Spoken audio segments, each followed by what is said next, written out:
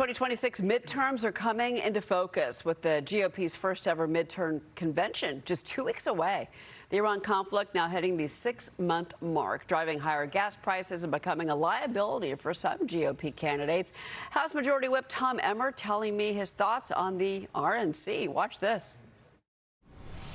Republicans are motivated, and Donald Trump is motivated. The president is the one who goes out and literally performs these rallies. He'll be down in Dallas for this first of a kind mid-term convention.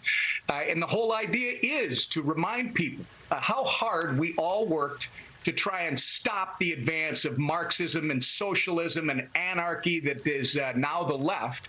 With our great president, Donald J. Trump. And I'm very confident that Republicans understand, and all Americans, by the way, all Americans understand. Joining me now is the 50th Speaker of the House and a Fox News contributor as well, Newt Gingrich. Newt, it's great to see you this morning. Your thoughts?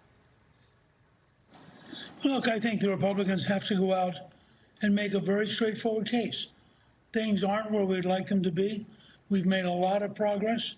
We have a lot more work to do, and I think we have to indicate clearly to people, and I thought Mike Lawler did a brilliant job of that just now on your program. The fact is, it's Democratic policies which have left New York without energy. It's been Democratic policies which have enriched the insurance companies while impoverishing the American people. Think about it this way. When we talk about affordability, the biggest single factor is health care. A family of four today buys the equivalent of a small car every year just to pay for health care. That's crazy.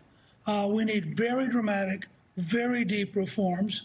And what people are going to have to ask themselves in the next 2 months is, do you trust big government socialists with weird values, people like Mamdani, or do you think that solid, steady work within a free enterprise system is going to solve more things? This is the most important off-year election, certainly of my lifetime, and maybe one of the 2 or 3 most important in American history. We're either going to go down the road with people who are, as the president said in the State of the Union, are crazy, or we're going to continue to work to solve problems, create jobs, reduce costs, and give people a dramatically better future. I think it's a very clear choice election.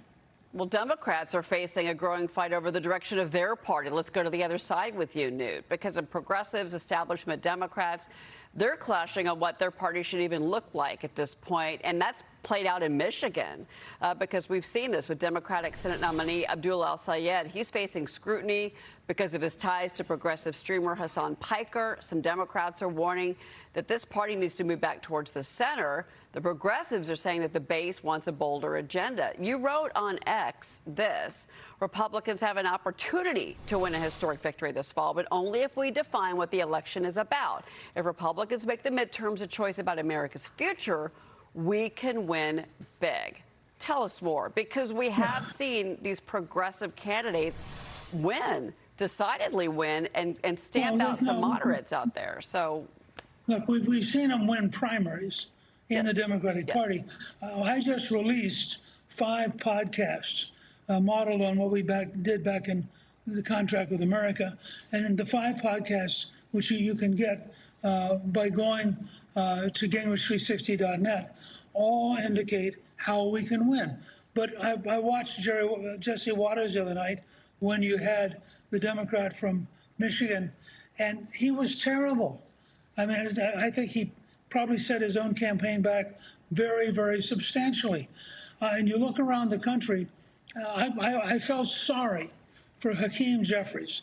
I'm sure you've seen the TikTok video that he was forced to release because he actually met with the president's son-in-law.